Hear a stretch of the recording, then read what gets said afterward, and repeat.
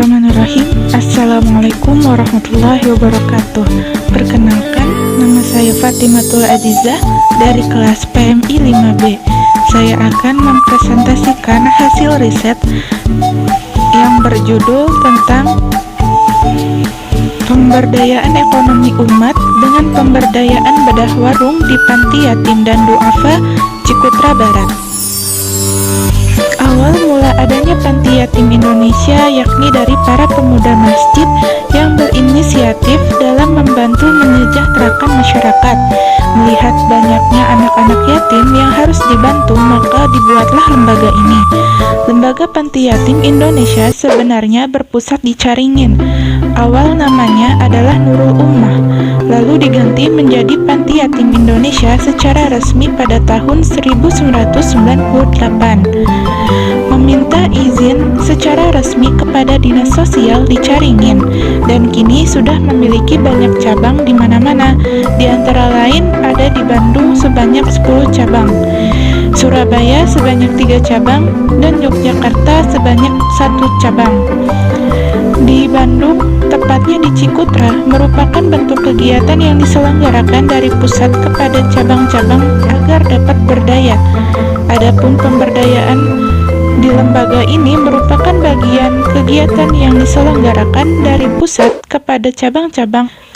Adapun program yang dijalankan oleh lembaga, yang pertama ada I Love Yatim, mencintai anak yatim dengan membentuk asrama, sehingga asrama yang bercabang merupakan bentuk dari program yayasan secara resmi untuk memberdayakan masyarakat.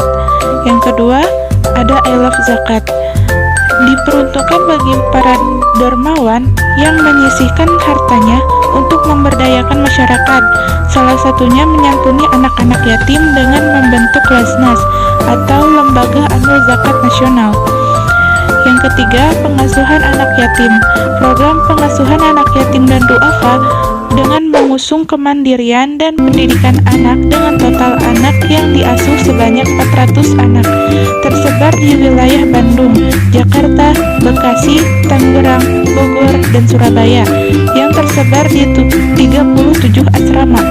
Santunan anak yatim luar asrama, santunan rutin untuk anak yatim luar asrama yang tinggal di sekitar asrama, anak Panti Yatim Indonesia, yatim dan zakat maupun di pelosok Nusantara. Keempat, ada bantuan modal usaha. Bantuan modal usaha untuk para mitra berkah berdaya ini merupakan bentuk kepedulian Lembaga Amil Zakat Nasional Panti Yatim Indonesia kepada para pedagang kecil atau UKM yang tengah berupaya mengembangkan usahanya berupa perlengkapan dagang atau bantuan modal, uang tunai, dan bahan pokok. Kelima, ada bedah warung. Guna meningkatkan kualitas ekonomi masyarakat menengah ke bawah, serta meningkatkan produktivitas dan kreativitas yang dapat memajukan. Panti Yatim Indonesia memberi kesempatan kepada pengusaha mikro melalui program Yatimpreneur dalam bentuk pengadaan modal usaha maupun pengembangan usaha beserta bimbingan untuk sarana dan prasarana bagi penerima manfaat. Keenam, bahagia, bantu harapan yatim duafa. Bantuan untuk kaum duafa, program ini ditujukan untuk membantu lansia dan kaum duafa berupa paket sembako untuk memenuhi kebutuhan sehari-hari. Selanjutnya, Asmara, aksi simpati trauma lara, bantuan bencana, memberikan bantuan dan menyelamatkan korban bencana alam, baik bantuan berupa bahan pokok makanan, pakaian, air bersih, dan proses trauma healing. Selanjutnya ada Mesra, masyarakat sehat sejahtera, biaya pengobatan gratis untuk kaum duafa dikarenakan biaya pengobatan yang tidak murah. Banyak masyarakat duafa yang terbebani. Melalui program ini, Panti Yatim Indonesia Yatim dan Zakat mencoba untuk meringankan beban masyarakat duafa dengan menyediakan pengobatan gratis di klinik yang sudah bekerja sama dengan Panti Yatim Indonesia. Diharapkan dengan program ini dapat meringankan beban pengobatan masyarakat duafa. Ada penyediaan mobil ambulan gratis. Penyediaan mobil ambulan gratis untuk masyarakat yang ingin mengantarkan sanak saudara yang sakit atau yang meninggal dunia. Selanjutnya setia, support edukasi yatim duafa beasiswa pesantren yatim dan duafa. Beasiswa ini ditujukan untuk anak-anak yatim dan duafa di jenjang SMP dan SMA, yakni Al-Islam di Gede Bage. Saat ini Panti Yatim Indonesia Yatim dan Zakat sudah menaungi 1 pesantren yatim dan duafa. Diharapkan ke depannya melalui program ini akan dapat banyak anak-anak yang terbantu dan pesantren-pesantren yang ternaungi. Beasiswa ini ditujukan bagi anak-anak berprestasi yang berkeinginan untuk melanjutkan pendidikannya ke perguruan tinggi, tetapi tidak memiliki biaya yang cukup. Melalui program ini, PYI Yatim dan Duafa membantu membiayai pendidikan mereka. Selanjutnya Indah, inisiatif dakwah. Santunan dai dan guru ngaji. Tugas berat para dai dan guru ngaji dalam membimbing umat agar menjadi insan berakhlak mulia memang patut diapresiasi.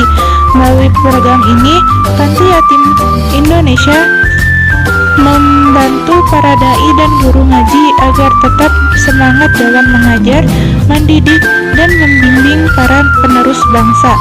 Program ini diperuntukkan bagi asnaf zakat fisabilillah. Selanjutnya ada bantuan Al-Quran. Melalui program ini, Panti Yatim Indonesia Yatim dan Zakat berupaya untuk menyediakan Quran yang layak bagi umat agar tidak buta huruf Al-Quran dan membantu syiar agama Islam.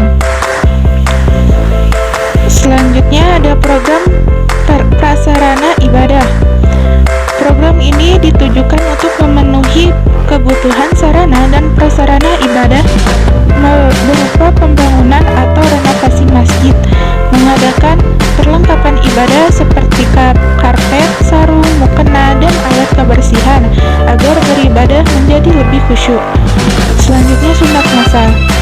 Program ini merupakan program yang baru, diselenggarakan kepada masyarakat khususnya anak-anak dalam menjalankan sunnah yang dianjurkan agama agar dalam ibadah bisa lebih khusyuk dan suci dan bersih.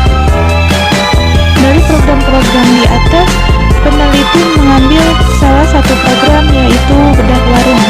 Dalam bedah warung di sini merupakan salah satu program dari pemberdayaan masyarakat lembaga PYI. Hal ini dirancang dari biaya zakat dan sedekah yang disalurkan oleh para dermawan dalam mewujudkan masyarakat yang saling peduli dan sejahtera. Bedah warung bukan hanya sekedar membedah, namun diadakan program kewirausahaan dalam program bernama Yatim Entrepreneur. Tujuannya untuk memberdayakan masyarakat, khususnya para kaum duafa. Adapun visi, misi, dan tujuan dalam program ini. Yang pertama, visinya menyejahterakan masyarakat.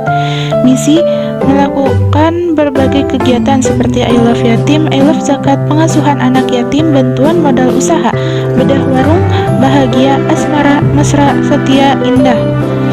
Tujuannya membantu masyarakat yang kurang mampu, karena di sini ada juga kaum duafa yang mana beliau kehilangan sosok ayah serta ibunya tidak cukup atau tidak bisa memberikan uang untuk bertahan hidup. Maka dengan adanya lembaga ini bisa ditangani dengan tepat. Faktor pendorong dan penghambat dalam melaksanakan program. Faktor pendorong, orang-orang yang menitipkan hartanya. Yang kedua, agar adanya kesadaran masyarakat untuk zakat, infak, dan sedekah, walaupun masih ada yang belum mengetahui. Faktor menghambat: 1. Kurangnya solusi secara menyeluruh. 2. Kurangnya sumber daya manusia yang memadai. Ketiga, masyarakat kurang mengetahui tentang lembaga amil zakat ini. Struktur organisasi dalam memberdayakan masyarakat. Dalam struktur organisasi, lembaga ini berpusat di Caringin. Panti Yatim Indonesia pusatnya di Caringin, dan memiliki cabang di berbagai kota di Indonesia, sehingga dalam pembentukan acara pun terpusat pada salah satu saja. Lembaga ini merupakan cabang yang bertujuan untuk memberdayakan masyarakat di daerah situ saja. Hal ini untuk memudahkan dalam memberdayakan masyarakat dan mengelola harta dengan baik dalam zakat. Karena dana zakat yang terkumpul pun terpusat, serta akan disebar ke masyarakat yang membutuhkan. Adapun kendala-kendalanya diantara lain yang pertama, kurangnya komunikasi di dalam sebuah lembaga, namun bisa diatasi dengan diadakan evaluasi berkala dan pengawasan yang rutin. Yang kedua, sulitnya adaptasi antar lembaga, namun dengan adanya evaluasi yang dilakukan secara terpusat dengan menghadirkan para pengurus cabang untuk datang dan berkomunikasi terkait perkembangan di daerah tertentu. Hal ini bisa menjadi bahan dalam mempererat silah ukhuwah antar lembaga di Indonesia. Adapun kaitan program Bedah Warung dengan pemberdayaan masyarakat. Bedah Warung merupakan salah satu program yang dicetuskan oleh pusat yayasan untuk memberdayakan masyarakat. Program Bedah Warung dilaksanakan kepada masyarakat yang sedang membangun usaha perekonomian. Dari tim yayasan membantu dari segi modal dan membedah warung agar ekonomi masyarakat sejahtera, sebagaimana Rasulullah SAW mengajarkan kita untuk berdagang. Maka dengan adanya program ini, masyarakat tentu akan semakin sejahtera dan berdaya perekonomiannya. Banyak masyarakat yang antusias dengan adanya program ini. Semoga dengan adanya program ini dapat memberdayakan masyarakat, bukan hanya bedah warung atau mengubah warung menjadi lebih baik, melainkan diadakannya pelatihan melalui program Yatimpreneur sebagai wadah dalam menyejahterakan masyarakat menjadi lebih baik lagi. Adapun partisipasi masyarakat, pihak yang terlibat dalam program pemberdayaan masyarakat adalah masyarakat sekitar, RT, serta RW. Ketua RW akan memberitahukan tentang program pemberdayaan ini, termasuk bedah warung, kepada ketua RT yang kemudian disebarkan kepada warga sekitar, sehingga dalam menyejahterakan masyarakat di pemberdayaan ini banyak yang antusias dan ikut berkontribusi baik uang atau barang yang nantinya akan dikelola dan disalurkan kepada orang-orang yang membutuhkannya. Sekian dari saya.